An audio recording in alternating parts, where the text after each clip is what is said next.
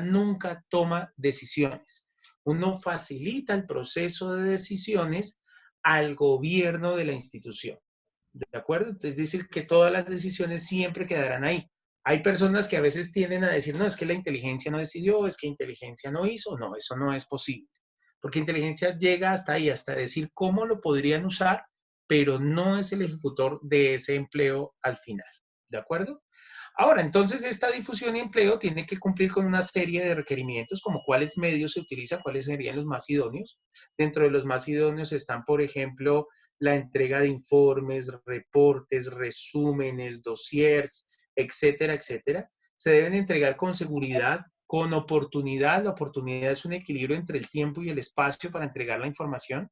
Hay ocasiones, y esto lo digo con mucho respeto, sobre todo por los auditores, por los contadores, administradores de empresas, son terriblemente obsesivos. Les encanta el detalle y quieren entregar su tarea con un nivel, digamos, de perfección único. Y a veces eso es un problema, porque en búsqueda de la perfección se puede perder la oportunidad. Obviamente debe haber continuidad en la información. ¿Por qué? Porque la información es dinámica, porque los procesos son dinámicos y yo tendría que estar en la capacidad de mantener actualizado a mi cliente de la información, ¿cierto? Y debo generar amplitud. ¿Por qué? Porque a veces la primera pregunta puede generar otro conjunto de preguntas que yo me puedo adelantar como analista, y cuando ya me pregunten, pues yo ya tengo unas opciones de respuesta o unas hipótesis de respuesta. Bien. Ahora, cuando aplico correctamente el ciclo de inteligencia, entonces si lo paso al mundo ya más corporativo, más civil, esencialmente estos son los procesos. Primero, formular el requerimiento. ¿Qué me están pidiendo? Y el requerimiento casi siempre es cómo defino un problema. E inclusive hay técnicas completas para definir cómo cómo defino un problema. Después viene la recolección de la información, el procesamiento y explotación, producción y análisis, diseminación, y viene el último punto crítico, la utilización. Y hay ocasiones en que uno puede entregar una información de inteligencia 1A y no utilizarla. Eso ya no es problema nuestro. Por ejemplo, oficiales de cumplimiento, que a veces les dicen, mire, es que su función es buscar la información, mostrarme los riesgos en los que estoy expuesto y contarme. Pero a veces les echan toda la responsabilidad, inclusive de tomar las decisiones. Y dicen, qué pena, pero mi misión llega hasta decirle cómo utilizar la información. Pero nunca podremos reemplazar la dirección de la corporación. Y peor aún, a veces dejan al oficial de cumplimiento solito. Y entonces uno dice, el área de compliance. ¿Y cuántos son en el área de compliance? 2 personas, y a veces 2 personas que vienen del mundo de los riesgos y como medio ya hicieron 2, 3 diplomados, porque ya pasaron también por una serie de seminarios aquí con RICS y con CECID y toda la cosa. Entonces ya son expertos. No, espere, esto requiere de un equipo de trabajo. Esto no es de un llanero solitario. Esto no es un trabajo de únicas personas, esto es un trabajo de equipo. Es más, quien gerencie una unidad de inteligencia dentro de una corporación prácticamente también se vuelve un diplomático intercorporativo y un diplomático intracorporativo, porque saca información de todas partes. Y esa información de todas partes es la que finalmente le va a permitir asesorar mejor en el proceso de toma de decisiones. En este momento en Colombia, por ejemplo, tenemos un nuevo escándalo. En Colombia vivimos de escándalo en escándalo. Eso es hasta emocionante. Entonces, tenemos un nuevo escándalo con el tema de la inteligencia, y es quién puede hacer cosas, quién podría investigar cosas, quién podría, por ejemplo, tener un dossier. Aquí le estamos llamando quién podía perfilar a personas en términos de inteligencia. Pues resulta que si uno lo piensa con detenimiento, el primer actor que podría hacer todos estos ejercicios de inteligencia son los estados, los gobiernos. También tenemos los medios y la prensa, también hacen sus procesos de recolección y procesamiento de información. Es más, ellos sí, muy juiciosos, dicen que sus fuentes son secretas y están protegidas por la ley, y es perfecto, está bien, totalmente de acuerdo. Además de eso, tenemos también los observatorios. Noten ustedes que los centros educativos, las universidades, hay ONGs incluso que tienen sendos observatorios sobre fenómenos de violencia, sobre fenómenos criminales, las mismas unidades unidades de análisis financiero, las UIAF de cada país, constituyen observatorios de comportamiento respecto a los fenómenos que les interesan. También tenemos ONGs, ahí tienen ustedes las organizaciones de derechos humanos, la ONU, etcétera, etcétera, que también hacen sus intervenciones, que presentan sus informes. ¿Y cómo los logran? Pues los logran a través de procesos de inteligencia. Las universidades, las agencias, las instituciones y obviamente, damas y caballeros, las corporaciones. ¿Por qué? Porque a las corporaciones hoy les están pidiendo unos niveles de responsabilidad, unos niveles de cumplimiento con las obligaciones sociales que solamente se logran con la toma de decisiones bien informadas. Así las cosas, bienvenidos al mundo de la inteligencia. Claro que pueden hacer inteligencia. Ahora, la cuestión aquí es de método, la cuestión aquí es de las formas de hacer. Entonces, ¿de dónde surge la información de inteligencia, por ejemplo, para una corporación? Entonces, lo importante aquí es definir las fuentes. Entonces, podemos encontrar fuentes públicas o fuentes abiertas.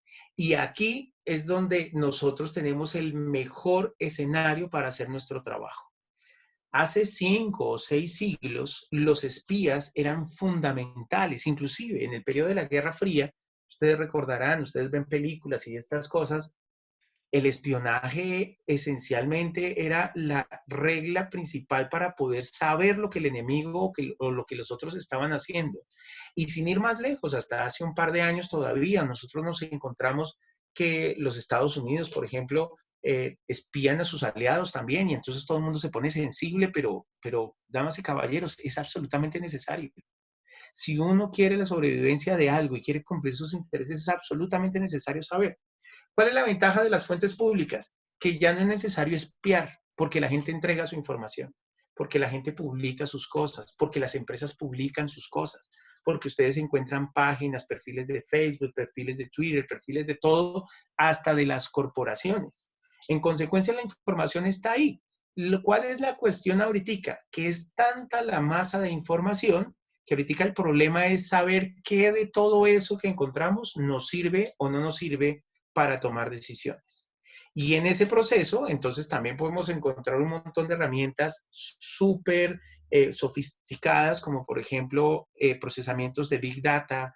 Se encuentra todo el tema de software, hardware, para procesar grandes masas de datos. Todo lo que es la ciencia de datos nos va a ayudar muchísimo precisamente para entender esto.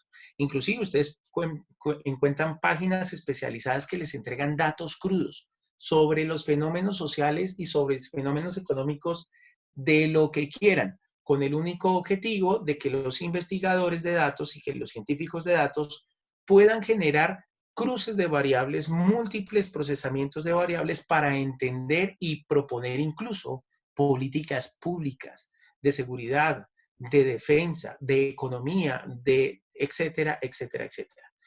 Noten ustedes que con la experiencia que estamos teniendo del COVID-19, la ciencia de datos, por ejemplo, ha adquirido un protagonismo fundamental porque rápidamente procesa la información. Ahora, la ciencia de datos no funciona sola.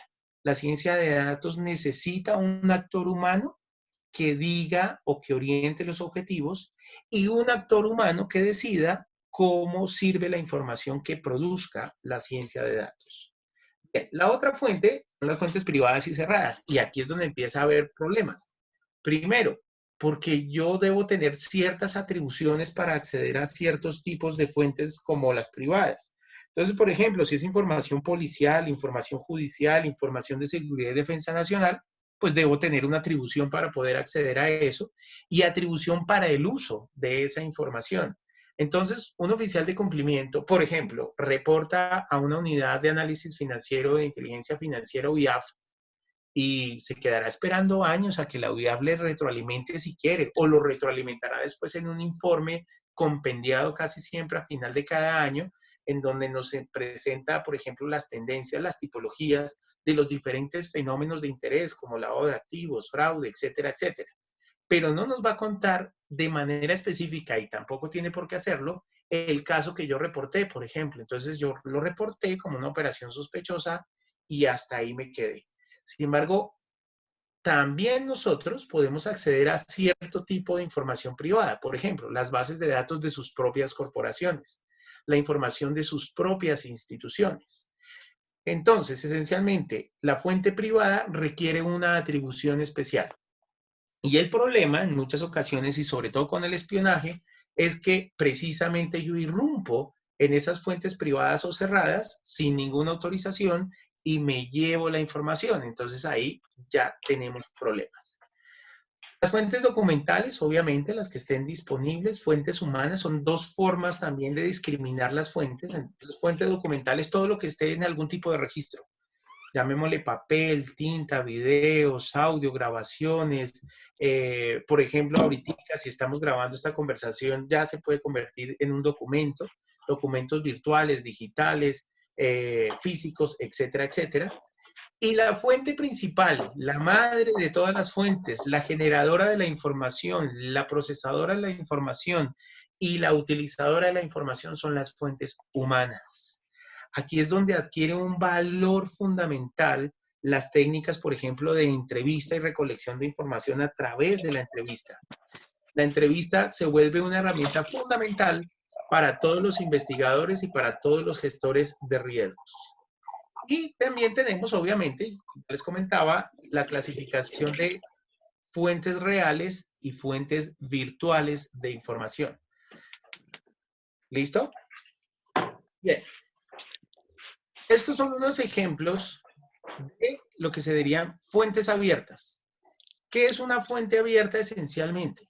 Una fuente abierta o pública es la que tiene un acceso fácil para cualquier usuario y un uso fácil para cualquier usuario. En el escándalo que estamos aquí en Colombia, si ustedes de pronto después miran en internet y todas las cosas sobre el escándalo, uno va y mira y dice, pero es que las carpetas del ejército en realidad no encontraron información, ni tuvieron que romper un correo electrónico, ni tuvieron que chuzar llamadas, ni hacer nada de eso. Toda la información está pública en un Facebook, en un Google, ¿cierto? Y en otras fuentes abiertas más sofisticadas y más específicas, como por ejemplo OFAC o las listas restrictivas de un país, o por ejemplo nuestras autoridades de policía, cuando uno busca simplemente el tema de antecedentes, por ejemplo, judiciales o disciplinarios. Y cada país tiene sus propias instituciones que se encargan, inclusive unas cobrando, otras no cobrando, pero en últimas nos darían accesos a recibir la información. Entonces, tenemos estas fuentes públicas abiertas, Twitter, Facebook, etcétera, etcétera. Por ejemplo, ustedes pueden bajar, yo puedo bajar una foto ahorita de Dicla, por ejemplo, o de Carlos, ¿cierto? Y mirar su fondo y luego tratar de ubicar en dónde están, por el tono de la luz, por todo. Y encuentro sendos programas libres en Internet que me dan esa indicación. Ya en el caso de Marcela Posada me toca saber que esa foto se la tomó en tal parte, que le hicieron unos retoques a los fondos, etcétera, etcétera, pero inclusive podía hasta georreferenciar la imagen. Esencialmente, toda la información está disponible, lo que hay que saber es cómo buscarla. ¿Qué tipo de información puedo encontrar en fuentes abiertas? Por ejemplo, sobre personas. Puedo encontrar datos sobre la familia, su situación social, la cultura, la economía, la educación, antecedentes, sus motivaciones, intereses, grupos de identificación y de pertenencia. Y sobre corporaciones, miren todo lo que podría encontrar, informes financieros, informes de inversión, informes de pérdidas y fraude, códigos de buen gobierno corporativo, políticas, intereses, los libros blancos corporativos. Hay una nueva tendencia ahora y es que las entidades publican sus intereses precisamente con el afán de cumplir con esa necesidad de hipertransparencia que tiene la sociedad actual. Reportes a las superintendencias, entre otros. Obviamente, no hay que negarnos de otras fuentes de información abierta, como por ejemplo los periódicos, los blogs, etcétera, etcétera, etcétera. Bien.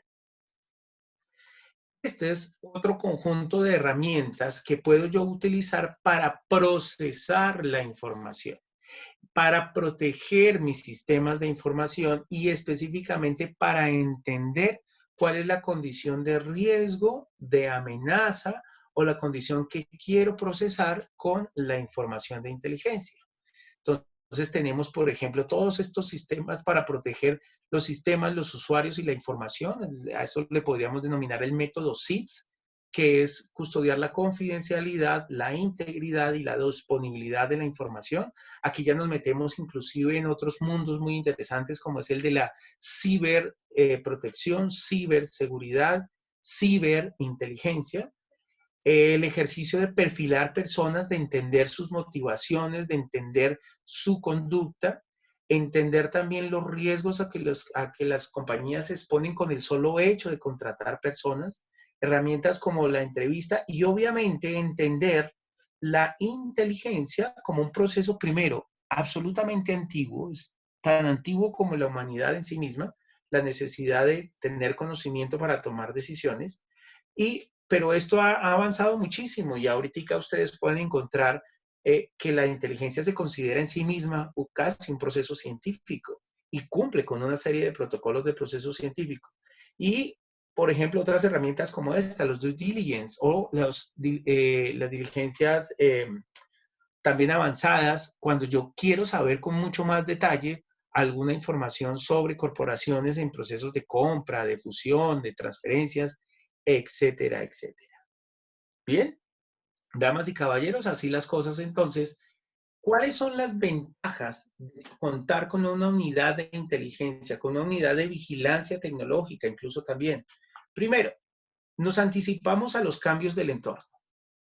Un ejemplo que estamos viviendo aquí en Colombia es que iniciada la situación del COVID en la otra parte del mundo, es decir, en Asia y en Europa, aquí en Colombia, por lo menos un par de instituciones a las que yo asesoro, comenzamos con la tarea de anticiparnos qué va a pasar cuando el COVID llegue acá, qué son las cosas que tenemos que hacer, de tal manera que cuando ya llegó, ya se toman las decisiones que estamos viviendo, el confinamiento obligatorio, etcétera, etcétera. Todo esto en realidad ya no nos sorprendió y por el contrario, logramos generar una planeación por escenarios en prospectiva y nos adelantamos completamente a los escenarios y generamos unas adaptaciones anticipadas, de tal manera que los costos de respuesta no han sido tan graves. Y por el contrario, las compañías han encontrado incluso oportunidades de nuevos negocios para una nueva realidad. Obviamente, entonces, se está asociando con lo que les digo, nos da la oportunidad de innovar por medio de las oportunidades, por las ideas de mejora y por otros hallazgos que obtengamos. Por esa razón, nosotros monitoreamos, por ejemplo, cuál es el país que mejor desempeño ha tenido en esta crisis. Y uno encontraría que países como Corea del Sur, por ejemplo, han tenido un excelente desempeño. Países como el mismo China, donde se origina el asunto, uno encuentra que no en todas las regiones, sino en todas sus ciudades principales, hubo contagios y lograron controlarlos de alguna manera. Incluso eso nos genera algunas ideas y suspicacias y algunas teorías conspirativas, pero fundamentalmente uno aprende de ellos y se puede. Cooperar y formar alianzas y redes. Esto es muy importante, como les decía al principio, todo lo que es el tema de la diplomacia intercorporativa, diplomacia intercorporativa, precisamente para hacer un intercambio de información. En este tema del intercambio de información, quienes nos llevan una ventaja grandísima en el mundo corporativo son los comerciales. Noten ustedes que los comerciales siempre se intercambian las bases de datos de potenciales clientes. Y a veces uno como potencial cliente se sorprende, ver usted por qué me llamó, por qué tiene mi información, pero resulta que es una práctica común, es una práctica cotidiana y nosotros podemos utilizar esa misma práctica que todavía no es ilegal, que está abierta, que está disponible, la podemos utilizar a nuestro favor. Inclusive la información obtenida en inteligencia comercial nos puede servir en gran medida para la gestión de los riesgos. Nos sirve también para minimizar entonces los riesgos actuales, los riesgos previsibles y también incluso los riesgos tipo cisne negro, que es una de las experiencias que estamos teniendo ahorita. En esta historia reciente y todos los que estamos vivos en esta sesión de trabajo, pues ya tuvimos la experiencia de vivir lo que fue el 11 de septiembre, los ataques terroristas en los Estados Unidos con las Torres Gemelas y este segundo gran cisne negro que es el COVID-19. Ahora, desde esta perspectiva, los invito de manera muy cordial a que proyecten con imaginación y obviamente basados en datos, en inteligencia procesada y en conocimiento científicamente obtenido, proyecten cuáles van a ser los futuros del ejercicio del control del riesgo y del cumplimiento en las corporaciones. Listo, damas y caballeros, esta es mi presentación. Muchas gracias y quedo atento a dudas, preguntas, sugerencias o reclamos. Excelente, muchísimas gracias, Iván. Creo que todos hemos quedado satisfechos con relación a tu participación. Y en una próxima entrega, pues sabemos que tendremos una conferencia o un seminario un poquito más amplio, en donde podremos aprender un poquito más acerca de este tema. Mientras, tenemos algunas preguntas. Por ejemplo, una de ellas dice, ¿cuál es el límite del perfilamiento o acaso no hay límites? Perfecto. El límite del perfilamiento son los derechos humanos y los derechos a la intimidad. Entonces, les doy un ejemplo concreto. Yo perfilo a alguien basado, por ejemplo, en su Facebook. Si la persona no tiene abierto el Facebook, no me da privilegios para acceder a esa información, yo me limito hasta ahí. Podría, técnicamente, pero de manera ilegal, romper las seguridades de su perfil. Y eso ya es el límite. Ya no es adecuado hacer eso. Es irrespetuoso, es ilegal. Entonces, el límite fundamental son los derechos humanos, los derechos a la intimidad y las legislaciones propias de cada país. Excelente. Estimado Iván, mientras Dicla ve el chat para la siguiente pregunta, yo tengo una. En la explicación que gentilmente nos hizo en esta hora, ¿el oficial de cumplimiento está en lo táctico o está en lo estratégico? En esa triada que usted nos refirió, ¿en qué parte está el oficial de cumplimiento? El oficial de cumplimiento está en lo estratégico, está en el límite de lo estratégico y lo operativo. ¿Por qué? Porque el oficial de cumplimiento entiende qué es lo que necesita la corporación para ser protegida, cuáles son sus niveles adecuados de cumplimiento, en qué marco está regulado, etcétera, etcétera. Y a partir de esa comprensión, convierte sus acciones en una acción operativa.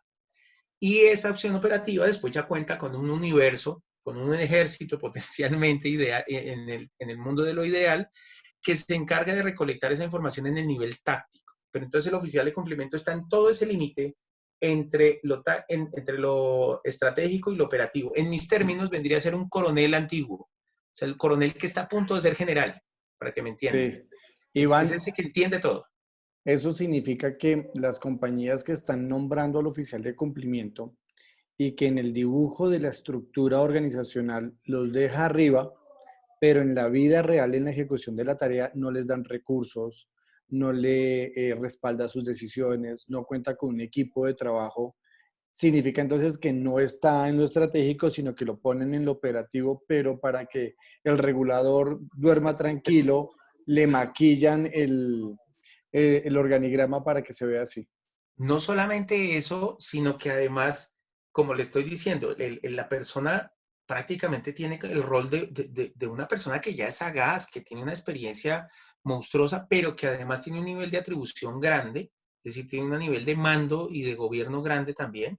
Esa persona tiene que tener un perfil muy sofisticado, o sea, y lo digo con respeto, obviamente, hay gente muy inteligente, pero aquí también se requieren canas, se requiere experiencia, se requiere haber recorrido, se requiere haberse equivocado y haber corregido el camino.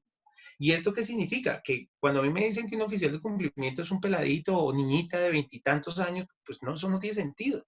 Es absolutamente ridículo. Obviamente hay gente muy joven que es muy inteligente y podría llegar a cumplir sin problema el requerimiento, pero lo más importante aquí es conocimiento y experiencia. Esa combinación es fundamental y eso no se logra de un día para otro. Y en la posición jerárquica de la compañía se le debe dar una posición real de atribuciones. O si no, no tiene sentido. Vale, Iván, gracias. Dicla. No, me impacta que Iván dice que se necesitan canas, pero tú dices que se necesitan canas porque tú no tienes cabello. De Lucifer, que hay una que otra por aquí. Yo no tengo canas y Dicla se las pinta.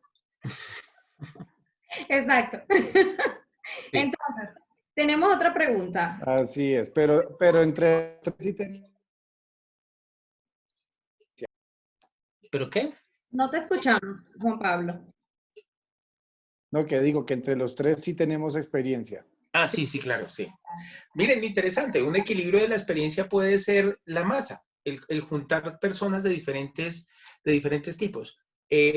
Tengo la grata experiencia precisamente de tener en mi equipo de trabajo un montón de gente que probablemente sea muy joven, todas son menores de 40 años, pero cada uno en la formación específica que ha tenido en conjunto, a veces digo yo molestando, en conjunto forman una buena persona. Entonces a veces uno puede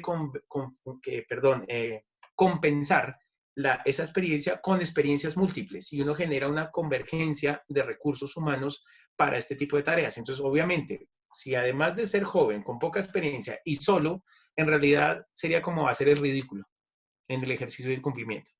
Vale. Bueno, tenemos otra pregunta. Dice, ¿cómo sabemos si la información es real o no?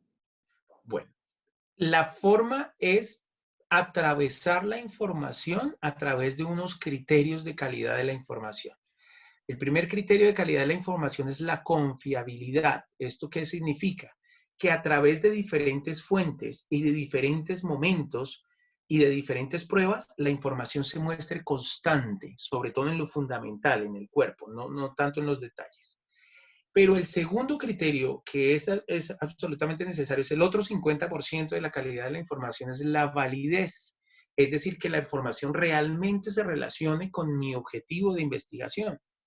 Entonces, yo puedo encontrar, por ejemplo, en las investigaciones que a veces se hacen en temas de cumplimiento, en tema de SARLAF, por ejemplo, y uno encuentra, uy, tal persona tiene este comportamiento, tiene esta actitud, una conducta sospechosa respecto a sus estilos de vida, pero luego uno va y mira y eso no tiene nada que ver con mi objetivo de investigación. Y que la persona tenga gustos extraños, gustos raros, estrafalarios, pero se los puede solventar y tiene razones legales para podérselo solventar, pues usted tiene derecho a pintar su Cadillac de rosado, si quiere, porque usted es estrafalario, pero no tiene nada que ver con la investigación. Ahora, cuando hago la combinación de ambas, también tengo que tener mucho cuidado con caer en la trampa de la confiabilidad. ¿Qué significa esto? Que como a través de múltiples fuentes yo encuentro la información constante, entonces yo infiero que es verdad. La verdad es otro escenario. Es de alguna manera la verdad y la mentira no son escenarios, no son, perdón, criterios que nos permitan calificar científicamente la información, porque estos son criterios más de tipo moral, que es motivo de otra conversación, de otro cafecito de estos, pero la idea es que es mejor validarla a través de los dos criterios que les estoy diciendo, validez y confiabilidad. Con eso estoy más que seguro que podemos estar confiados en la información disponible para tomar decisiones. Muchas gracias, Iván. Igual tenemos una última pregunta, creo que no tenemos más por ahora.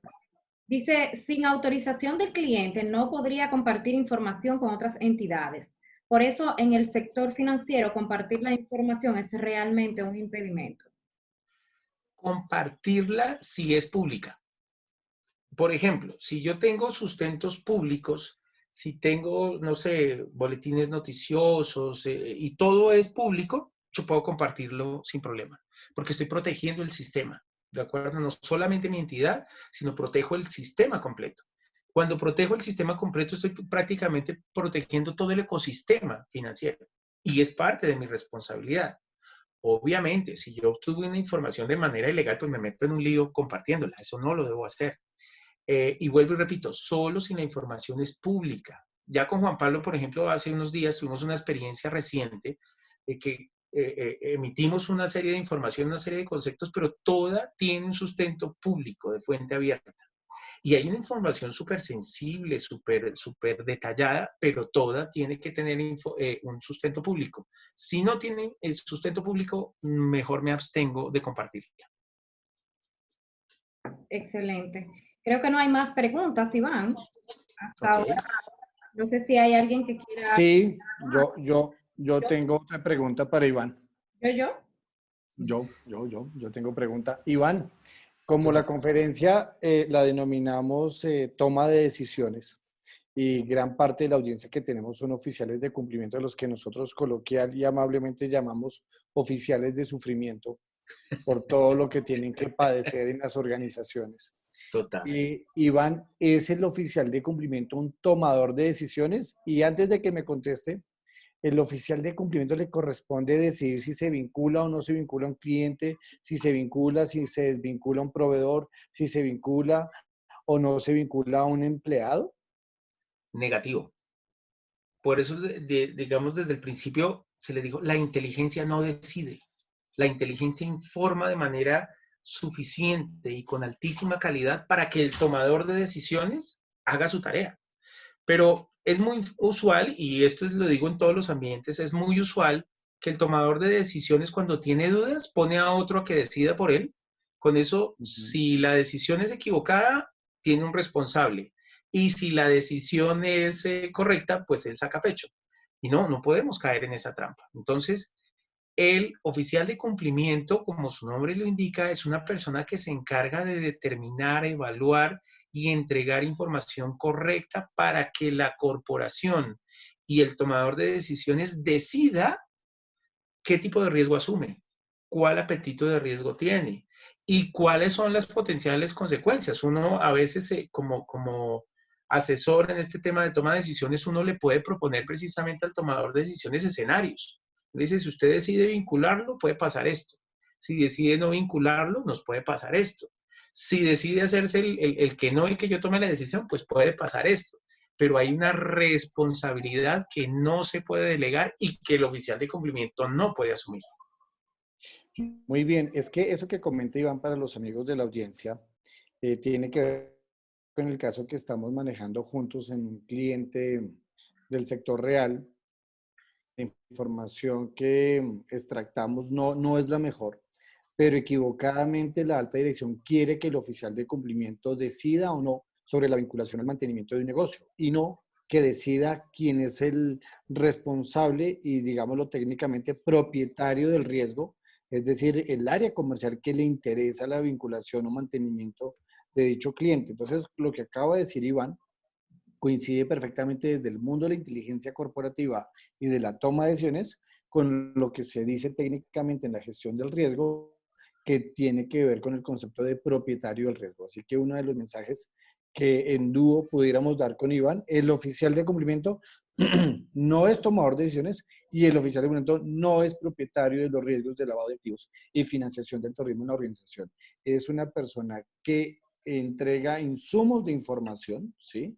Eh, y que puede asesorar la toma de una decisión, que puede advertir las consecuencias de una u otra decisión en relación con los sentidos de la misma, pero que no debería comprometer su opinión para el efecto y tristemente la cultura corporativa y lo que hemos evidenciado en el tiempo reciente del compliance o los modelos antilavado y contra la financiación del terrorismo es que quieren que el oficial de cumplimiento, voy a decirlo coloquialmente, le dé la bendición a las decisiones de la compañía. Y si las decisiones son buenas, todos estamos felices. Si la decisión es mala, ya tienen a quien culpar y debería ser al propietario del riesgo y no al oficial de cumplimiento. Creo, Dicla, que Alba Lilian Jaramillo tiene Sí, una pregunta. sí, puedes, vamos a abrir el micrófono, Alba, para que puedas comentar con Sí, nosotros. Ok. gracias. Uniéndome a pues al tema que están explicando sobre el rol del oficial de cumplimiento, quizás la alta dirección no entiende realmente cuál es el rol y la responsabilidad de los oficiales y por eso a veces le asignan esas funciones operativas o de toma de decisiones. Cuando yo fui oficial de cumplimiento por mucho tiempo, tuve esa dificultad y realmente mi labor estaba en hacerles entender que mi función era más de asesoría y de hacerles ver dónde estaba el riesgo. Yo les digo, mire, el riesgo es este y ustedes verán si lo asumen o no lo asumen. Pero no Exactamente. voy a tomar la decisión, no debo tomar la decisión porque no puedo ser juez y parte. Entonces, un poco para los oficiales de cumplimiento que nos están escuchando, qué hacer en el evento en que les obliguen, los forcen a tomar decisiones, es decir, mire, ese no es mi rol. Yo simplemente soy un evaluador de riesgo y yo le puedo decir dónde veo el riesgo y usted decidirá si lo acepta o no lo acepta. Eso era todo, era más una intervención que una pregunta. De acuerdo. Totalmente de acuerdo. Perfecto. Entonces, si no tenemos más preguntas, Juan Pablo tiene algunas palabras, ¿verdad? Tengo anuncios de despedida. Bueno, Queremos nuestro... darle las gracias antes de a nuestro querido amigo Iván. Estamos muy complacidos de haberte tenido con nosotros aquí, que hayas aceptado esta invitación a compartir con nosotros aquí en el Cafecito del Compliance. Y como siempre, para todos ustedes, también gracias por acompañarnos. Tenemos igualmente de 9 países que nos acompañan aquí y queremos también invitarles a que la próxima semana, cuando les compartamos el link, puedan también hacerlo llegar a otros compañeros y amigos que deseen participar en este cafecito. Igual también les invitamos a que puedan tomar parte de los diferentes cafecitos en el canal de YouTube de CES Internacional. Ahí los estamos subiendo grabados, o sea que pueden ahí hacer un repaso de esto. Sí, Iván, por favor. Nada, pues yo quería resaltarles o de alguna manera volver a llamar la atención sobre la posición estratégica del oficial de cumplimiento. Es decir, sí es una posición fundamental, es una posición que está más en el nivel estratégico, pero es esa persona que traduce esos intereses estratégicos, los traduce en acciones y en operaciones concretas. Yo creo que más bien alguien hace una intervención acá que a veces el oficial de cumplimiento no es operativo. Yo pensaría que no es táctico. Esa no es la misión del oficial de cumplimiento. El oficial de cumplimiento es un gerente de la información, es un CEO de la producción de conocimiento para la compañía. Vale. Perfecto, excelente. Camilo. Dicla, para hacer una pequeña intervención acá. Camilo, Sobre sí. la pregunta de Alba Lilian acerca de cómo venderle a la organización esa idea de que efectivamente el oficial de cumplimiento no es quien toma las decisiones frente a la vinculación o desvinculación de contrapartes. Un tip clave que nosotros hemos encontrado realmente es que aprovechar las juntas directivas cuando se tiene que hablar de los temas de cumplimiento y llevar un experto que pueda vender efectivamente este enfoque. Nos hemos encontrado con muchas empresas en las que a la junta directiva, que por lo general tiene muy poco tiempo y muy poco interés desafortunadamente para atender estos temas, llevan a una persona que va a hablarles sobre conceptos básicos de prevención de lavado de activos. Y nosotros creemos que dado el carácter estratégico de estas juntas, lo que se debe hacer es llevar un experto que les hable justamente de ese tema de quién es el propietario del riesgo, cuál es el riesgo que decide asumir la organización, cuál es su apetito de riesgo, y a partir de ahí lograr que la prevención de estos delitos sea una función efectivamente cumplida por toda la organización. Es decir, que se entienda que el oficial de cumplimiento simplemente verifica que el sistema esté funcionando, pero no es el responsable de los riesgos de cumplimiento. Vale, Camilo, muchas gracias. Para cerrar y despedir este cafecito del compliance, un espacio para compartir conocimiento, queremos antes que nada darle las gracias a Iván Eduardo por su tiempo y por haber aceptado gentilmente la invitación. Es una persona con amplísima experiencia en el mundo de lo estratégico, pero también de lo táctico, ¿sí? Asesorando muchas compañías, no solamente en Colombia, sino en el exterior. Y queremos anunciarles que el próximo miércoles en el Cafecito del Compliance nos acompañará Natalia Baracaldo. Natalia Baracaldo también es consultora de Risk Management. Natalia es auditora forense.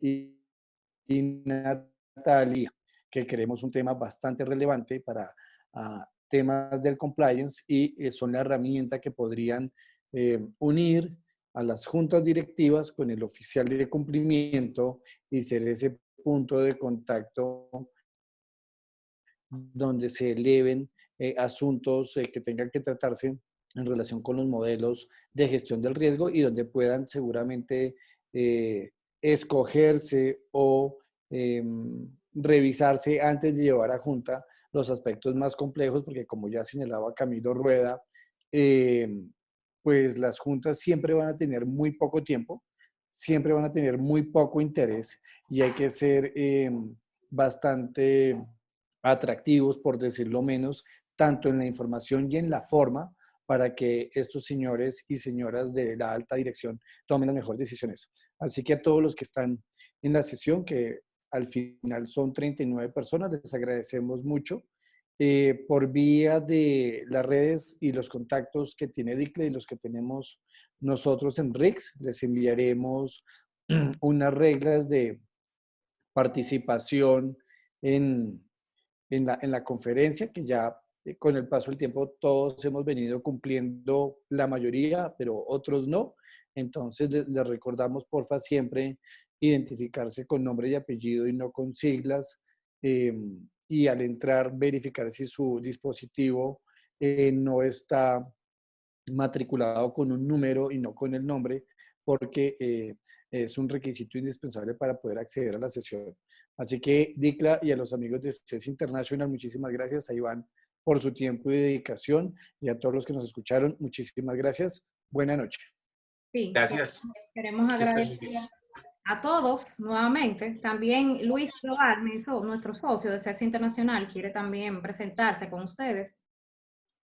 Luis. Saludos, buenas. Gracias a todos también los que estaban presentes y a Iván también por su tan acertada y buena conferencia. Y nada, aquí estamos aquí a la hora en cualquier cosa que necesiten. A Juan Pablo también muchas gracias por organizar todo lo que es la conferencia y estos cafecitos.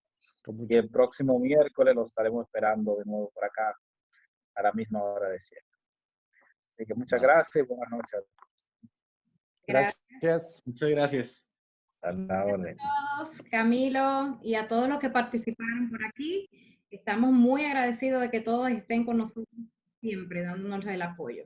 Así que nos veremos el próximo miércoles a las 6:30. Recuerden que ya, de acuerdo a lo que ya hemos visto con relación a los levantamientos de algunas prohibiciones en los diferentes países, y los trabajos han iniciado, entonces ya no vamos a iniciar a las 6, sino a las 6:30.